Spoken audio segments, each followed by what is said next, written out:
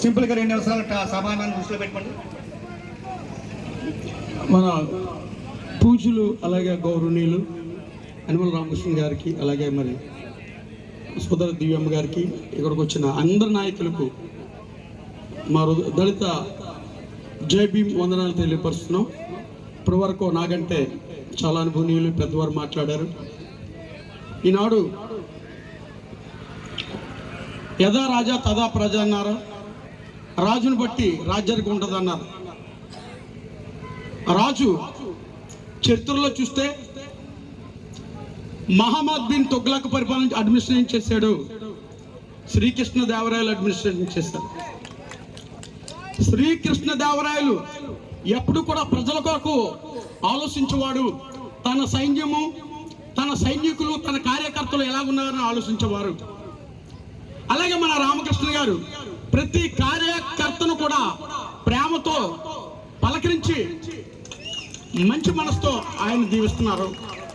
ఎందుకంటే మనం మంచి అడ్మినిస్ట్రేషన్ అనేది మనం తీసుకోవాలి.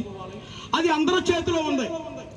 ఓటు అనే ఆయుధం బాబాసాహెబ్ అంబేద్కర్ గారు అంటారు, నీ ఓటును ఉపయోగించుకొని నువ్వు రాజు అవుతావో లేకపోతే అమ్ముకొని నువ్వు బానిస అవుతావో యువర్ డిసైడింగ్ అని చెప్తారు. కాబట్టి మనము రాజులు అవ్వాలంటే మన యనమల రామకృష్ణ గారికి వేయాలి. రామకృష్ణ గారు మంచి వ్యక్తి. ఎందుకంటే మనం ఒక 30 సంవత్సరాలు చూసాం. ఆయన ఎప్పుడు కూడా ఎవరిని తోలనలేదు, ఎవరిని ఇబ్బంది పెట్టలేని గొప్ప వ్యక్తి. ఎప్పుడో ఎమ్మెల్యేలు చేసి న్యాయమూర్తిగా చేసి ప్రజలకు న్యాయం చేయడానికి వచ్చిన న్యాయమూర్తి. నేను ఒక పేదవాడిని. నేను రామకృష్ణ గారి దగ్గరికి వెళ్ళి ఆయన మెట్ల మీద వస్తున్నప్పుడు నన్ను అక్కడ నుండి చూసి ఆయన విశ్లేషాడు. నేను చాలా చిన్నవాడిని. అయితే ఆ పలకరింపే చాలు మనిషికి. మనిషి అనేవాడు ఏదో వ్యాపారం చేసుకొని ఏదో పని చేసుకుని బ్రతుకుతాడు. మనిషికి మాటే బలం, వాదార్పే బలం. కాబట్టి అటువంటి నాయకుడు కావాలి. ఇంకా మా దళితుల్లో విషయాలు చూసుకుంటే మేము ఇక్కడ 59 ఎస్సీ కులాల్లో 2 సబ్ కాస్టులు, హై కాస్ట్. ఒకటి మాలా మాదిగలు, మేము అన్నదమ్ములు అని మీ సభపూర్వంగా వినిపిస్తున్నాను. మేమిద్దరం కూడా తలుసుకుంటే తుని కాన్స్టిట్యున్సీ తప్పకుండా మేము ఏ నాయకుడికి ఓటేస్తా నాయకుడి విన్నవుతారని సభపూర్వంగా మేము తెలియపరుస్తున్నాం. దళిత నాయకులారా ఆలోచన చేయండి.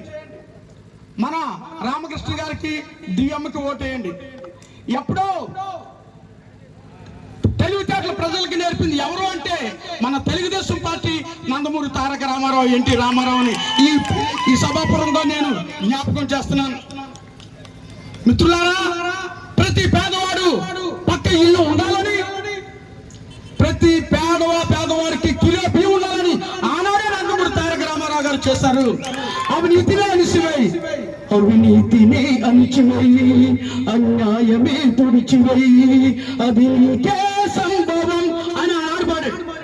ఎవరికి మన రాజులా వద్దు, మంచి రాజుని ఎన్నుకోవాలి, మంచి నాయకత్వాన్ని కాపాడుకోవాలి. ఎప్పుడు కుటుంబం యజమాని బాగుంటాడో కుటుంబం బాగుంటుంది. రాజ్యానికి ఎప్పుడు రాజు బాగుంటాడో ప్రజలు బాగుంటారు. కాబట్టి ఒక భగవద్గీతలో యస్వా యస్వతోహం అన్నట్టు. అంటే ఎదరవాడు మళ్ళీ ఏం చేశాడో ఆడికి అదే చేయడం ధర్మం అంట. అది మహాభారతం. యాక్షన్ బట్టి రియాక్షన్. కాబట్టి మనిషి అన్నవాడు ఎప్పుడు ఏదో విధంగా పోతాడో. కాబట్టి ప్రతి వాళ్ళు సిద్ధం అంటే యుద్ధం చేయడం తప్పదు, సిద్ధం అంటే యుద్ధం చేయడం తప్పదు. కాబట్టి ఏదైనా రైట్ ఫర్ ఫైట్. బైబిల్లో ఒక మాట ఉంటుంది, దినదినము యుద్ధ దినం అన్నట్టు మానవ జీవితం ఆరాటం గురించి పోరాటం చేయాలి ఏదో దిశలో. కాబట్టి డోంట్ ఫియర్. మనకు రామకృష్ణ గారు ఉన్నారు, మనందరం ఆయన అంటుందాం, జై తెలుగుదేశాన్ని గెలిపిందాం, డిఎంని గెలిపిందాం. ఈ సమయం అందరికీ కూడా వందనాలు. Thank you.